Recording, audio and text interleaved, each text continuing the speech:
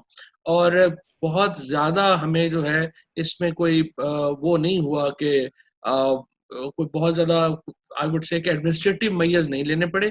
کچھ جگہوں پہ یقیناً پرابلم ہوا. فار ایگزامپل اگر ہم دیکھیں کہ جو ہمارے مذہبی طبقہ ہے اس کو فورس کرنا, اگر وہ تھوڑا تعاون اگر شروع میں فار ایگزامپل جو اگر آپ پھیلنے کی وجوہات میں دیکھیں گے تو اگر یہ ہمارے جو زائرین ہیں یا جو ہمارے تبلیغی جماعت کے لوگ ہیں اگر شروع میں وہ ان احتیاطوں کو فالو کر لیتے تو شاید ہمیں اتنا بھی نقصان نہ ہوتا جتنا ہمیں نقصان ہوا. لیکن بہرحال ایک انسان کی ایک نوعیت ہے, اس کے مطابق ہی چلنا ہے. But actually I think we have done rather. جی بہت شکریہ. بالکل صحیح بات ہے کہ یہ اتنا آسان نہیں تھا. اس سے پہلے ہمیں بالکل عادت نہیں تھی. ہاتھ نہ ملائیں, اچھے طریقے سے گریٹ نہ کریں, اور بہت سی چیزیں ایسی تھیں جو کہ ہمارے کلچر کے خلاف تھیں. اس لیے یہ کافی مشکل تھا, اور جتنا بھی ہمارے لوگوں نے کیا وہ بہت اچھا ہوگا. اب میں دوبارہ سے بلاؤں گا جو ہماری اکنامک سوسائٹی کی 2 بچیاں ہمارے ساتھ آئی ہوئی ہیں, ضربہ محمود اور سدرا مریم. ان سے کہوں گا کہ یہ اگر سوال کرنا چاہیں پہلے ضربہ محمود بات کریں, بعد میں سدرا, اور دونوں سوال کر لیں پھر السلام علیکم سر. میرا کوشچن ہے regarding the smart lockdown and how sure was the government about it. Initially when the government was planning to either smart lockdown لگایا جائے, complete lockdown لگایا جائے, how sure was the government کہ یہ ایک success ہوگا؟ اور دوسرا, if we had any backup plans regarding the smart lockdown in case خدا نخواستہ اگر یہ ورک نہ کرتا تو.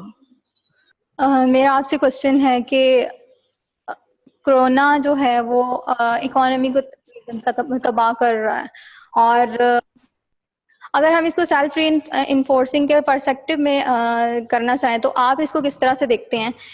کیونکہ کووڈ جو ہے وہ انیکوالٹیز کو بہت زیادہ بڑھا رہا ہے, اور انیکوالٹیز جو ہیں وہ کووڈ کو سپریڈ کر رہی ہیں, تو اس کو آپ کس طرح سے دیکھتے ہیں؟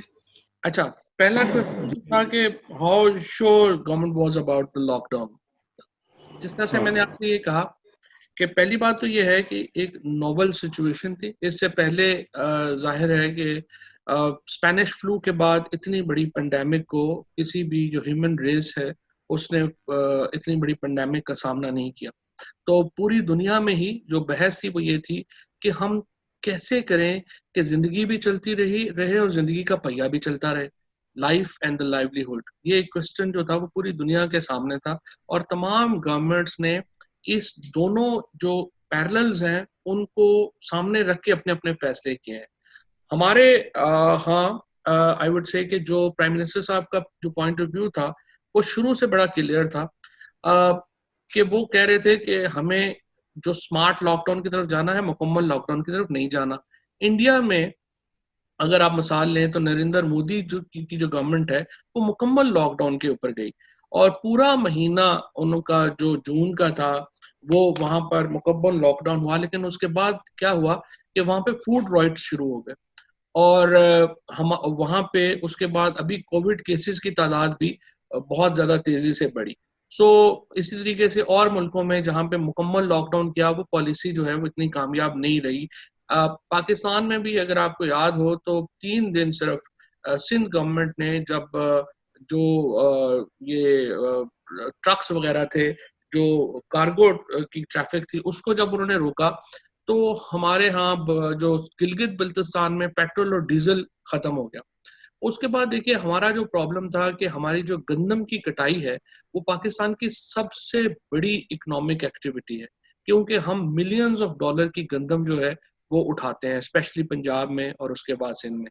اگر ہم مکمل لاک ڈاؤن کر دیتے تو آج ہمارے ہاں آٹا جو ہے وہ بالکل ہی ایک بہت سکارس ہوتا اور ہمارے ہاں فوڈ رائٹس ہوتے. سو آئی تھنک گورنمنٹ کا نے یہ بہت بڑا کرائسس اوائڈ کر لیا ایک بیلنسڈ پالیسی جو ہے وہ رکھ کے, اور یہ پالیسی جو ہے وہ کامیاب ہوئی. اگر ناکام ہوتی تو پھر ظاہر ہے کہ جس طریقے سے باقی ملکوں میں بہت سفرنگز بڑھی ہیں, پاکستان میں بھی سفرنگز بڑھتی, لیکن الحمدللہ پاکستان نے یہ سفرنگز جو ہیں وہ اوائڈ کر لیا. دوسرا جو کویشچن کیا تھا, انہوں نے کہا تھا کہ کرونا کے نتیجے میں جو ایک کلاس ڈویژنز ہیں وہ بڑھیں گی. بالکل آپ کی بات صحیح ہے, اور اس میں پرابلم سب سے زیادہ جو آتا ہے, جس کو گورنمنٹ کا کہہ لیجیے کہ جو ایک نائٹ میئر ہے گورنمنٹ کے لیے, اور پاکستان کی گورنمنٹ کے لیے نہیں باقی گورنمنٹس کے لیے, وہ یہ ہے کہ جو زیادہ تر لوگ ہیں جو سفید پوش جس کو ہم یہ کہتے ہیں, وہ سفید پوش طبقہ جو ہے وہ دہاڑی کا جو ہے وہ کماتا ہے, وہ روز جاتا ہے, کماتا ہے اور کھاتا ہے. یہ جو طبقہ ہے اس کی جو ایفیکٹ ہے وہ سب سے زیادہ پرابلمٹک ہے گورنمنٹس کے لیے, اور اس کو بچانے کے لیے اسی لیے احساس پروگرام ایک بہت بڑا 191 بلین روپیز جو ہیں وہ پچھلے سال گورنمنٹ نے خرچ کیے, اور اس کے اوپر ہی اراؤنڈ 200 بلین روپیز اس سال خرچ جو ہے وہ کر رہی ہے. لیکن اس کے باوجود میں آپ سے ایگری کروں گا کہ اس کے نتیجے میں اکانومی کو, اور اسپیشلی جو ہمارا ایک سفید پوش طبقہ ہے, اس کی مشکلات میں اضافہ جو ہے اور ہوگا اور ہوا ہے. منسٹر صاحب, ایک ابھی 2-4 سوال ہم نے اور لینے ہیں, تھوڑا سا آپ کا ٹائم اور چاہیے. اب میں اپنے اسٹوڈنٹ اس سے پہلے ہماری جو مس رخسانہ نائک ہیں جو ایم فل اکنامکس میں ہمارے گورنمنٹ کالج یونیورسٹی کے اسٹوڈنٹس ہیں, انہوں نے ان کا ایک سوال ہے جو. السلام علیکم. I want to ask میں ایک کوشچن پوچھنا چاہتی ہوں کہ اگر ہم یونٹ آف انالیسس کی بات کرتے ہیں تو پاکستان میں پچھلے منتھ کی نسبت اور پچھلے ایئر کی نسبت ٹیکس کلیکشن زیادہ ہوئی ہے. اس کے علاوہ امپورٹس اور ایکسپورٹس کی اگر ہم یونٹ آف انالیسس کی بات کرتے ہیں تو دے آر امپروونگ, کیونکہ باقی رچ کنٹریز کی بجائے پاکستان میں کرونا وائرس کی سیویرٹی کم ہے, اور اس کے نتیجے میں جو ایکشن لیا گیا وہ اسمارٹ لاک ڈاؤن تھا. اسمارٹ لاک ڈاؤن کے نتیجے میں سب سے زیادہ جو افیکٹیز تھیں those were daily wages and obviously the employees of privatisation. اگر یہی پرسسٹنس رہتی ہے پالیسی کی تو, اور تھوڑا بہت جو آپ جن شعبوں کو ترقی دے رہے ہیں یا کہہ رہے ہیں کہ جی دوبارہ ہم کنٹینیو کریں, کنسٹرکشن ہو گیا یا اس طرح کے کچھ ڈپارٹمنٹس ہیں, تو کیا جو وہ سپلائی یا پروڈکشن ہمارے سامنے آئے گی تو جو پرائیویٹائزیشن کے تھرو اور ڈیلی ویجز کے تھرو جو لوگ متاثر ہو رہے ہیں ان کی اتنی ڈیمانڈ تھرو دیئر انکم اس سپلائی کو میٹ کر پائے گی؟ کیا ان کی ڈیمانڈ جو سپلائی جو ہوئے گی, جو ان کی پروڈکشن ہوئے گی, جو جن سیکٹرز کو آپ نے بحال کیا ہے وہ کریٹ کر سکے گی ڈیمانڈ؟ کیونکہ ان کے لیے کس طرح کی پالیسیز آپ نے کی ہیں, کیونکہ نیکسٹ ٹائم یہ آپ کی جو پالیسیز ہیں وہ کب تک سسٹین کریں گی اور کب تک وہ نیو پالیسیز کی طرف آپ ڈائریکشن لے کر کے جائیں گے کہ وہ طبقہ نہ ہو, کیونکہ گورنمنٹ آفیسرز کو بھی اپنی سیلریز مل رہی ہیں, وہ اپنا کام کر رہے ہیں, لیکن ان کی طرف کے کوئی نہیں آ رہا. یہ نہ ہو کہ یہ جو پالیسیز آ رہی ہیں with the passage of time ان کے لیے مشکل ہو جائے, جو آپ کی پروڈکشن آ رہی ہے ان کی ڈیمانڈ نہ آئے because of their low income, کیونکہ ان کے پاس ریسورسز نہیں ہوں گے, وسائل نہیں ہوں گے. رخسانہ, آپ کا جو سوال تھا وہ بہت ہی ہارڈ کور اکانومی کا سوال ہے, اور میرا جو ہے وہ اکانومی سے صرف ایف اے تک کا تعلق تھا, اس سے بعد کوئی تعلق نہیں رہا. لیکن جو what I understand from your question از کہ جو دہاڑی دار طبقہ ہے اگر وہ پیسے ہی نہیں کما رہا تو جو آپ کی پالیسیز ہیں اس کے نتیجے میں جو پروڈکشن ہو رہی ہے وہ خریدے گا کون؟ تو بیسکلی آپ کا سوال یہ ہے. تو جو کنسٹرکشن انڈسٹری کو اگر آپ دیکھیں گی تو پرائم منسٹر صاحب کا تو جو کنسٹرکشن انڈسٹری کو کھولنے کا جو ایک انسسٹنس ہے وہ ہے ہی یہ کہ اس کے نتیجے میں جو دہاڑی دار طبقہ ہے اس کا کاروبار کھلے گا. کیونکہ جب آپ کنسٹرکشن آپ کرتے ہیں تو اس کے ساتھ 36 یا 40 جو ایفیلیٹڈ آپ کی جو صنعت ہیں وہ کام کرتی ہیں. آپ کو بھٹا جو ہے وہ چلتا ہے, آپ کا جو مزدور ہے اس کو کام ملتا ہے, مستری کو کام ملتا ہے, اس کے ساتھ جو باقی آپ کا جو لکڑی کا کام کرنے والے ہیں ان کو کام ملتا ہے. اور obviously ایک بہت بڑی انڈسٹری ہے جو کنسٹرکشن کے ساتھ جڑی ہوتی ہے اور بہت سارے لوگ جو ہیں وہ یہ کام کرتے ہیں. سو اکانومی کا, اور obviously آپ سارے لوگ تو میرے سے بہت زیادہ اکانومی جانتے ہیں, مجھے تو اتنا نہیں پتا, but what I understand is کہ اکانومی کا ایک پورا سرکل ہوتا ہے. یہ نہیں ہو سکتا کہ ایک چیز جو ہے وہ تو ترقی کر جائے باقی ساری جو ہے وہ پیچھے رہ جائے. تو جو گورنمنٹ کا ایک پورا جو انیشیٹو ہے ان کی جو ایک پوری آئی وڈ سے کہ جو ان کی ایک وہ ایک ہے توجہ ہے یا خواہش ہے وہ یہ ہے کہ ہم یہ جو پہیہ ہے پورا یہ سرکل جو ہے یہ پورا چلتا رہے. اور اسی سرکل کی جو سب سے امپورٹنٹ کڑی ہے اس کو ہم سمجھتے ہیں وہ کنسٹرکشن انڈسٹری ہے. Construction industry can actually play a great role in moving economy to full circle, اور اسی لیے اس کے اوپر جو ہے وہ توجہ دی جائے. بہت شکریہ منسٹر صاحب. آپ نے جو بات کی وہ میکرو اکنامکس میں ہم پڑھاتے ہیں ملٹی پلائر افیکٹ, اور ان انڈسٹریز کو زیادہ پروموٹ کیا جاتا ہے جن کا ملٹی پلائر افیکٹ جو ہے وہ اسمالر انڈسٹریز میں یا ہاریزونٹل انڈسٹریز میں اچھا ہو. تو that's a very well understood concept in amongst the economist. میں اب انوائٹ کروں گا اپنے جو ہمارے اسٹوڈنٹ افیئرس کے انچارج ہیں اور ہمارے سیکرٹری سوسائٹی بورڈ ہیں صدیق اوان صاحب, یہ روئے رواں ہیں یہاں کی, جو بھی ہماری societies and clubs and societies میں ایکٹیویٹیز ہوتے ہیں یہ سوال کرنا چاہیں گے. ان کے بعد میں نے ایک دو سوال اور لوں گا کہ جو میں نے پارٹیسپینٹس چیٹ کے ذریعے سوالات کر رہے ہیں. السلام علیکم چودھری صاحب. میرا سوال اس نوعیت کا ہے کہ ہم دیکھتے ہیں کہ اس کے لیے کرونا وائرس 19 کے لیے ہم نے پینڈیمک کی اصطلاح استعمال کی, گویا کہ یہ ایک عالمگیر وبا ہے, اور اس سے نمٹنے کا سب سے بڑا چیلنج یہ تھا کہ 22 کروڑ آبادی کے اس ملک میں ہم ایک قومی اتفاق رائے کے ساتھ چلیں, جس کے لیے ہماری حکومت نے شروع دن سے کوشش کی اور جس کا آپ نے تفصیلی تذکرہ بھی فرمایا. لیکن ہم نے دیکھا کہ ہمارے بعض طبقات نے یا سیاسی جماعتوں نے اس موقع پر قومی اتفاق رائے کی بجائے اپنی سیاسی مفادات کو آگے رکھا اور تنقید کو اس رنگ سے پیش کیا کہ قوم میں ایک خلفشار یا ابہام یا بے یقینی پیدا ہو کہ حقیقت کیا ہے, اور کانسپریسی تھیریز ہر طرح کی آئیں کہ ہمیں ایسا کرنا چاہیے ویسا کرنا چاہیے, جس کے نتیجے میں عوام کی اکثریت خاص طور پہ دیہاتوں میں یا جہاں آگہی اور شعور اور درست اور غلط کو ان میں تمیز کرنے کا جہاں مسئلہ ہے وہاں ایک خاص ابہام پیدا ہوا, جس کی وجہ سے جو کسی حد تک یہ پھیلا بھی اس کو روکا جا سکتا تھا اگر ہم اس کی قومی نوعیت کو سمجھتے ہوئے اور حساسیت کو سمجھتے ہوئے ایک مشترکہ لاہ عمل اختیار کرتے, اور کم سے کم اس زمانے میں ہم اپنے جماعتی مفادات یا علاقائی مفادات کو ایک طرف رکھتے. تو یہ ہمیں شاید کمی محسوس ہوئی, جس کی وجہ سے ابھی تک کئی لوگ گویا ایک ڈینائل کے موڈ میں ہیں. وہ کہتے ہیں کہ نہیں یہ کوئی ایسی بڑی بات نہیں, ہم مسجد میں بھی جا سکتے ہیں, ہم شاپنگ بھی کر سکتے ہیں. اور ہمارے بعض بڑے اداروں نے حکومت سے ہٹ کر ایک ایسا موقف اختیار کیا, جیسا کہ سپریم کورٹ نے چھوٹی عید کے موقع پر اجازت دے دی کہ مارکیٹیں کھولی جائیں اور شاپنگ کرنے دی جائے. حالانکہ ظاہر ہے کہ ہمیں دیکھنا تھا کہ ہماری اولین ترجیح کیا ہو سکتی تھی اور کیا ہونی چاہیے تھی. تو آئندہ بھی اگر ہم اس کمی کے رجحان کو مضبوط کرنا چاہتے ہیں اور اس وبا کا مکمل خاتمہ چاہتے ہیں تو ہمیں اپنے عوام کو مکمل طور پر ساتھ لے کر چلنا ہے, جو کہ آپ سمجھتے ہیں. لیکن یہ جو قومی اتفاق رائے ہے اس کو پیدا کرنے کے لیے پاکستان تحریک انصاف کی حکومت کیا اقدامات ممکنہ طور پر کر سکتی ہے؟ شکریہ. دیکھیے بالکل آپ کی جو بات ہے اس میں بڑا وزن ہے, اور آپ نے جو تنقید کی ہے اس میں بھی جو ہے وہ وزن ہے. صرف ہم نے ایک چیز جو ہے وہ دیکھنا ہے, ہم ایک سنگل پارٹی پاکستان میں سسٹم میں نہیں ہے, اسی طریقے سے ہم ڈکٹیٹرشپس میں بھی نہیں ہیں, اور پاکستان کی جو سوسائٹی ہے یہ بہت ڈائیورس بھی ہے, اور اس میں لوگوں کی اوپینینز بھی بہت زیادہ ہیں, اور ہماری جو اوپینینز ہیں ان میں بہت شور بھی ہے. ہم ایک بہت سکوت والی سوسائٹی نہیں ہے. ہمارے ہاں بہت جو طبقات ہیں, ہمارے ہاں مختلف بہت زیادہ پولیٹیکل پارٹیز ہیں, ہمارے ہاں مختلف سوچیں ہیں, وہ سارے لوگ بہت لاؤڈ ہیں, اور ہماری اوپینینز جو ہیں, اور اس کا ہمیں فائدہ بھی ہے.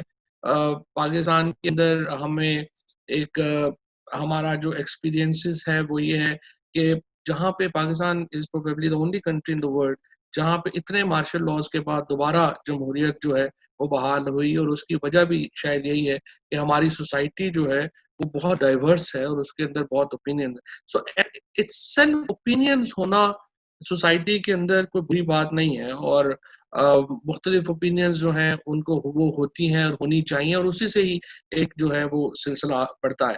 لیکن جس طرح سے آپ نے بات کی کہ الٹیمیٹلی ان اوپینینز کو ایک نظم میں آنا چاہیے، ایک ڈسپلن میں آنا چاہیے، اور تب آپ کی امپلیمنٹیشن، جب آپ مختلف پروسیس کیا ہوتے ہیں سوسائٹیز کے، مختلف آپ کی آراء ہیں، مختلف اوپینینز آئیں، مختلف پوائنٹ آف ویوز آئے، اس کے بعد پھر ان کا کیتھارسس ہوتا ہے، اور کیتھارسس کے بعد پھر آپ کی امپلیمنٹیشن کی سٹیج آتی ہے.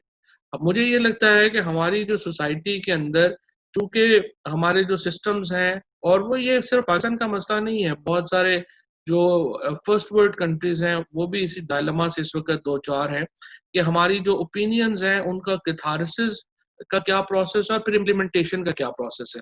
اور ہمارے ہاں یہ جو ابھی معاملہ آیا ہے، جس طرح میں نے آپ کو کہا کہ ایک ناول طریقہ اختیار کیا گیا NCOC کا، وہاں پہ تمام ڈیسیجن میکنگ پرائم منسٹر نے ڈیلیگیٹ کر دی NCOC کو، اور تمام جو وہاں پہ مختلف ریپرزینٹیٹیو تھے وہ بیٹھے، انہوں نے اوپینینز دی، اور آپ نے ایک فیصلے امپلیمنٹیشن جو ہے وہ اس کی. باقی یہ جو اس کے اوپر جو شور ہے وہ پاکستان میں بھی رہے گا. ہمیں امید ہے کہ جو ہماری سوسائٹی جو ہے وہ ہم ترقی کریں گے تو آگے ہمیں ایک دفعہ کیتھارسس اور پھر امپلیمنٹیشن میں ہم زیادہ جو ہے وہ اچھے ہوں گے. ایک نے بلال اویس صاحب نے سوال کیا ہے کہ what will be the policy of government college university when university is opening in September.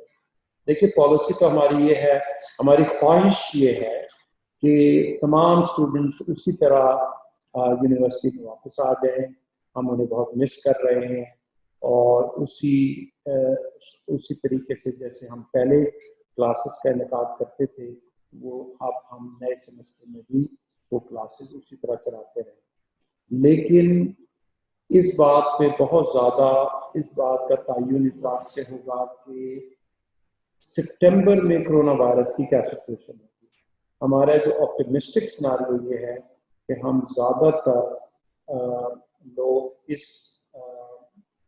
Us virus سے امیون ہو چکے ہوں گے، تو ہمیں اتنا رسک نہیں ہوگا کہ ہم اپنے کیمپس کھولیں، اور اگر ہم SOPs اسٹرکٹلی فالو کرتے رہیں تو ہمیں زیادہ پرابلم نہیں ہوگا. لیکن اگر خدا نخواستہ کرونا وائرس کی سچویشن خراب ہوتی ہے یا کیمپس کے اندر کرونا وائرس کے پھیل جانے کا خطرہ بڑھتا ہے تو ہمیں اسی حساب سے پھر اپنا فیصلہ چینج کرنا ہے.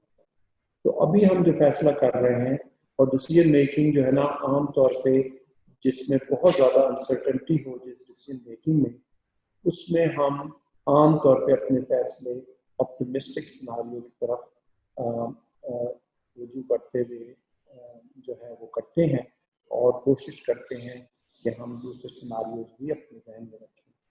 تو میری تو بہت امید ہے کہ ہم 15 سپٹمبر سے گورنمنٹ کالج یونیورسٹی کے کیمپس کھول دیں. اور جہاں تک ایڈمیشن ہے، ایڈمیشن کے لیے بھی اگر تو کرونا وائرس بہت زیادہ اسپریڈ نہیں ہوا اور جس طرح کی اچھی خبر آ رہی ہے، اگر اسی طرح کی اچھی خبر آتی رہی تو امید ہے کہ ہم ایڈمیشنس بھی ان کا طریقہ بھی ایسا کریں گے کہ جس میں ہم انٹرویوز بھی شامل رکھیں، اور اگر ضرورت ہو تو سٹ ان ٹیسٹ بھی کرتے رہیں. لیکن اگر کرونا وائرس کی سچویشن خراب ہے تو اس صورت میں ہمیں تمام ڈپارٹمنٹس میں میرٹ پہ ہی، صرف میرٹ پہ، جس میں انٹرویو اور سٹ ان ٹیسٹ شامل نہیں ہوں گے، صرف میرٹ پر ایڈمیشن کرنا ہوگا. اس کے کچھ فائدے بھی ہیں، اس کے کچھ نقصان بھی ہیں. خصوصاً ان ڈپارٹمنٹس میں بہت زیادہ نقصان ہے کہ جن ڈپارٹمنٹس میں اسپیشلائز سبجیکٹ پڑھائے جاتے ہیں. جیسے اگر فائن آرٹس کو پڑھنے آ رہا ہے، انگلش پڑھنے کے لیے آ رہا ہے، انگلش لٹریچر پڑھنے کے لیے آ رہا ہے، یا پولیٹیکل سائنس کی پڑھائی کے لیے آ رہے ہیں، تو اس کے لیے ہماری کوشش ہوتی ہے کہ صرف نمبر ہی نہ دیکھے جائیں، بلکہ یہ بھی دیکھا جائے کہ ان طلباء کی ایپٹیچیوڈ کیا ہے.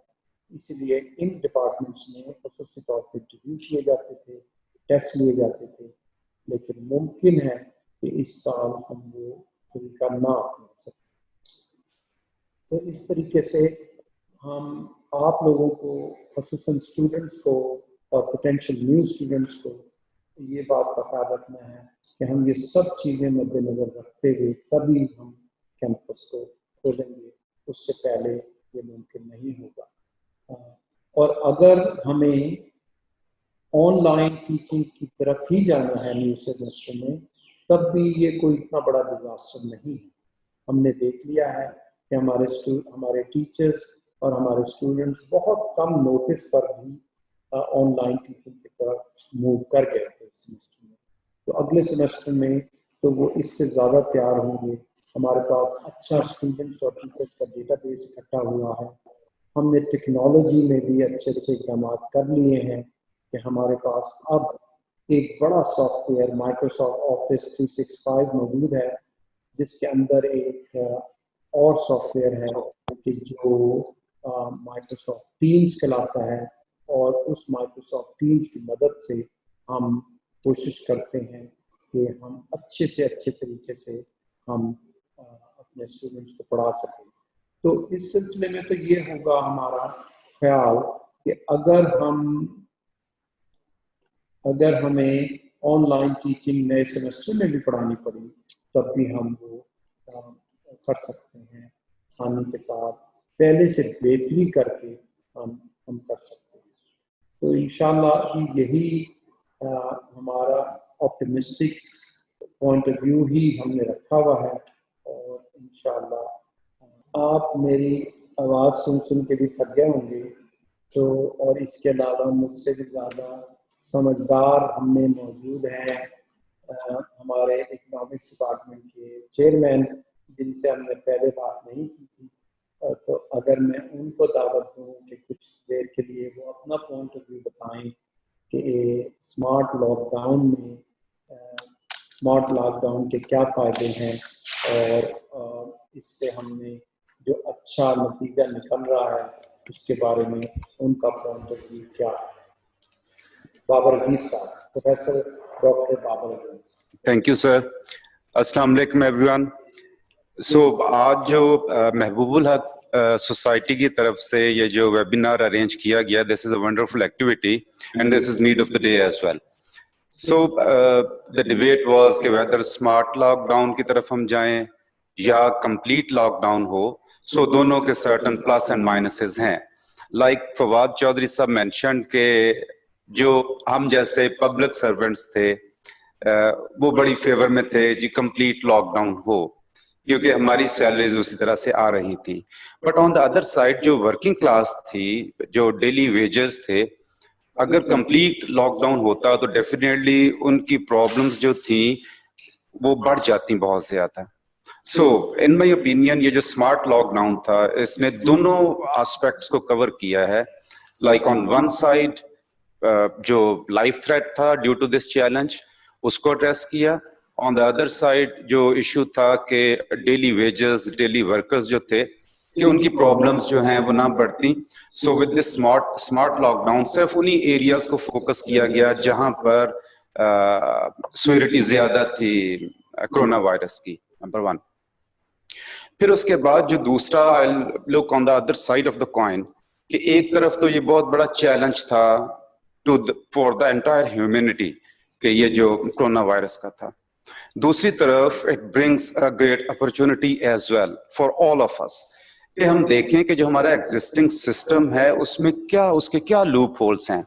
اور بڑے بڑے جیسے آپ نے آبزرو بھی کیا ہوگا چینلز پہ بھی, میڈیا پہ بھی, کہ جو ہمارے بہت زیادہ ڈیولپ سوسائٹیز تھیں ان کے بھی جو ہیلتھ سسٹم تھے وہ کلیپس کر گئے کیونکہ this was an unforeseen event. So یہ it is a great opportunity for us کہ ہم اپنا ری وزٹ کریں کہ ہمارا ہیلتھ سسٹم ہے ان کیس اس طرح کی ایشوز آتے ہیں تو کس طرح سے ان چیلنجز کو میٹ کر سکتا ہے.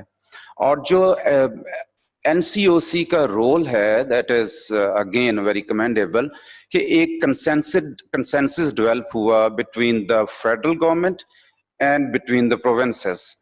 اور اب آئی وش کہ یہ جو کنسنسس ڈیولپ ہوا ہے, یہ جو میکانزم ایوالو ہوا ہے ڈیو ٹو دس چیلنج, یہ کنٹینیو کرے اور جو ہم لوگ ہیں, ہماری گورنمنٹ ہے, وہ اپنی پرائرٹیز سیٹ کرے to strengthen our health system اور اس کو جو ہے ہم آگے لے کے چلیں اور جو ہماری لوپ ہولز آئیڈینٹیفائی ہوئے ہیں ان کو کور کریں.